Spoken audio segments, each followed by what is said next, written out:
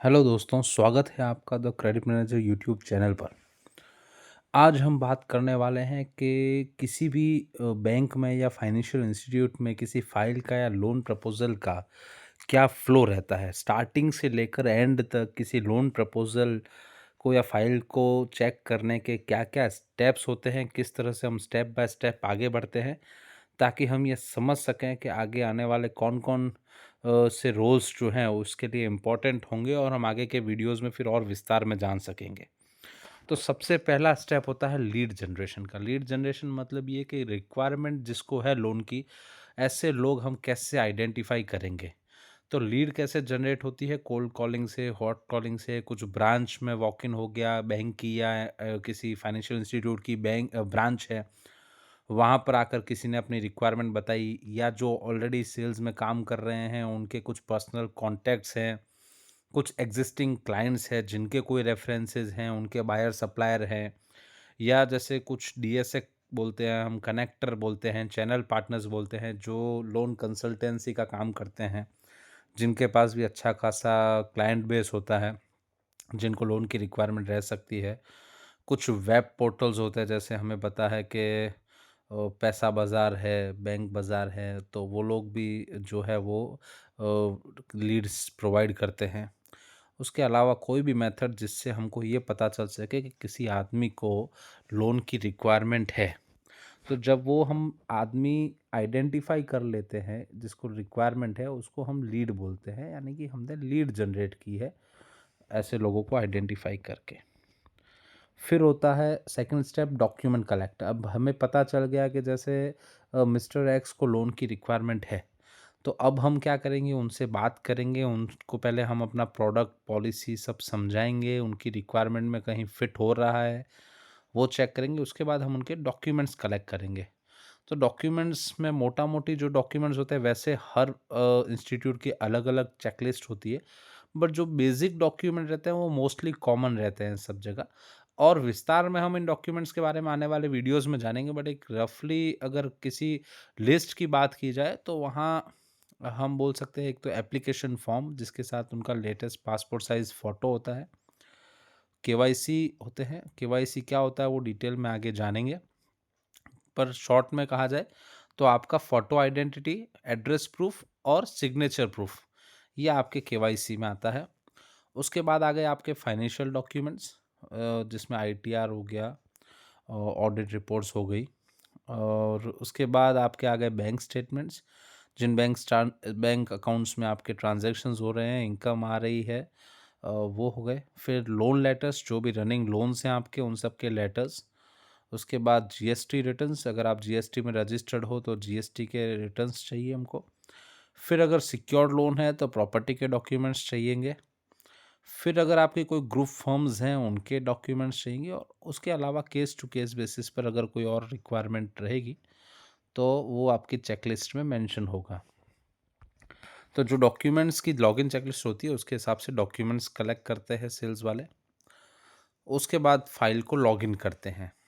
Login मतलब कि system में एंट्री होगी फाइल की, और एक फ्लो स्टार्ट हो जाएगा। ऑफिशियली आपका लोन प्रपोजल जो है वो सबमिट हो गया, उसको हम बोलते हैं लॉगिन करना फाइल।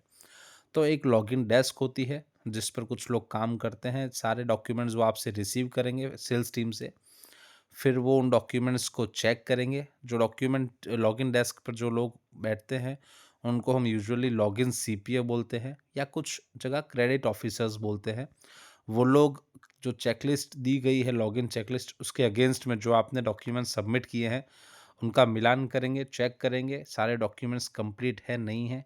अगर कुछ क्वेरी होगी, यानी कुछ पेंडेंसी होगी, तो वो सेल्स मैनेजर या रिलेशनशिप मैनेजर को कम्युनिकेट करेंगे, मेल कर देंगे, या उनको वर्बली बता देंगे, या फाइल पर लिख देंगे कि ये डॉक्यूमेंट्स पेंडिंग है, या ये डॉक्यूमेंट्स डिस्क्रिपेंट है, कहीं साइन छूट गया है, और या कोई और जो पेंडेंसी है वो कम्युनिकेट करेंगे।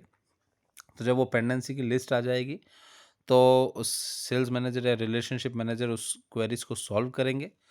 और जब सारी क्वेरीज रिजॉल्व हो जाएगी, या चाहे फर्स्ट स्टेप पे जब फाइल सबमिट की होगी और कोई क्वेरी नहीं होगी, तो वो file as a login accept हो जाएगी, और एक्सेप्ट होने के बाद उसका एक प्रॉपर सिस्टम एंट्री होगा, जो भी सॉफ्टवेयर होगा उसमें प्रॉपर उसकी एक एंट्री होगी, एक ऐप आईडी जनरेट होगी और उसकी एंट्री होगी फिर एमआईएस में। मतलब जो डेटाबेस होता है, एक फ़ाइल होती है जो रेगुलरली सबके ध्यान में रहे कि ये फ़ाइल्स हमारी प्रपोज़ल्स चल रहे हैं, तो एमआईएस में एंट्री होगी।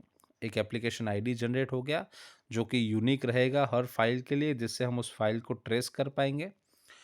ये जो है प्रोसेस, जो लॉगिन की जो प्रोसेस है, वो कुछ जगह ऑनलाइन भी होता है, यानी कि फ़िज़िकल डॉक्यूमेंट सबमिट नहीं करने होते हैं। ऑनलाइन सारे डॉक्यूमेंट्स अपलोड हो जाते हैं और उनके बेस पर फिर सिस्टम आगे काम करता है। फाइल लॉगिन होने के बाद उस फाइल पर डिसीजन लिया जाएगा। डिसीजन यूजुअली क्रेडिट डिपार्टमेंट के लोग लेते हैं, जिन्हें हम क्रेडिट मैनेजर्स के नाम से जानते हैं। और क्रेडिट मैनेजर्स एंड उनके ऊपर के जो लोग होते हैं हायरार्की वाले, वो उस फाइल पर डिसीजन लेंगे। तो जो सारे डॉक्यूमेंट्स सबमिट किए गए हैं, उन सबमिट किए गए डॉक्यूमेंट्स को इवैल्यूएट करेंगे, हम चेक करेंगे। और एक कैम होता है, मतलब जिसको हम अगर फुल फॉर्म की बात करें तो क्रेडिट अप्रेजल मीमो बोलते हैं उसको।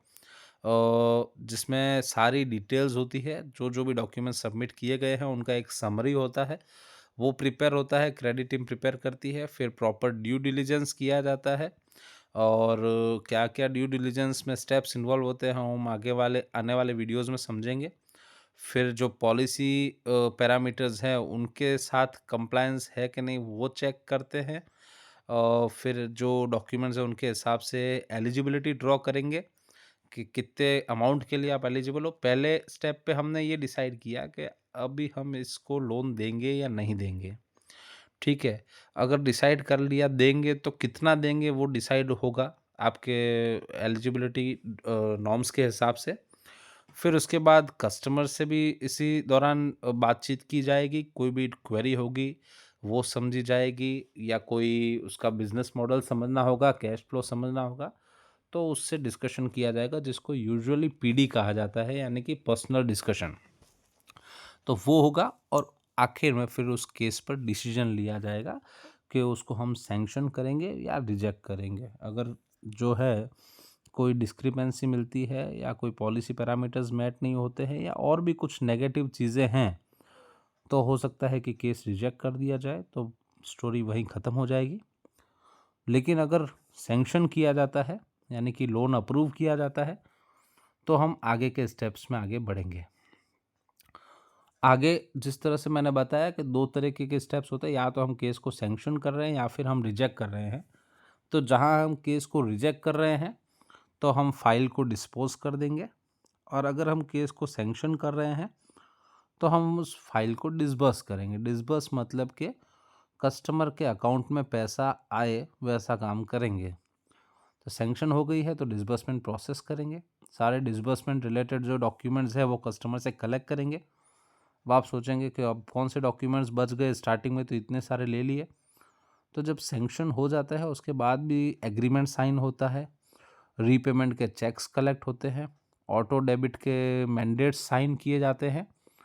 तो जो भी स्टैम्प पेपर्स हैं वो होगा, अगर सिक्योर्ड है तो रजिस्टर्ड मॉर्गेज होता है।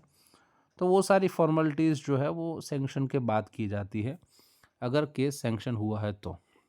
और उसके बाद जब ये सब प्रोसेस कंप्लीट हो गई तो फाइनली फिर या तो आपके लोन अमाउंट का डीडी बना दिया जाएगा, या ऑनलाइन ट्रांसफ़र कर दिया जाएगा, या चेक बना दिया जाएगा, जिस तरह का भी केस होगा।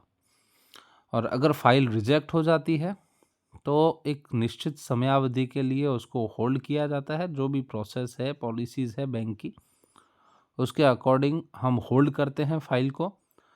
कहीं 30 दिन होता है, कहीं 60 दिन होता है।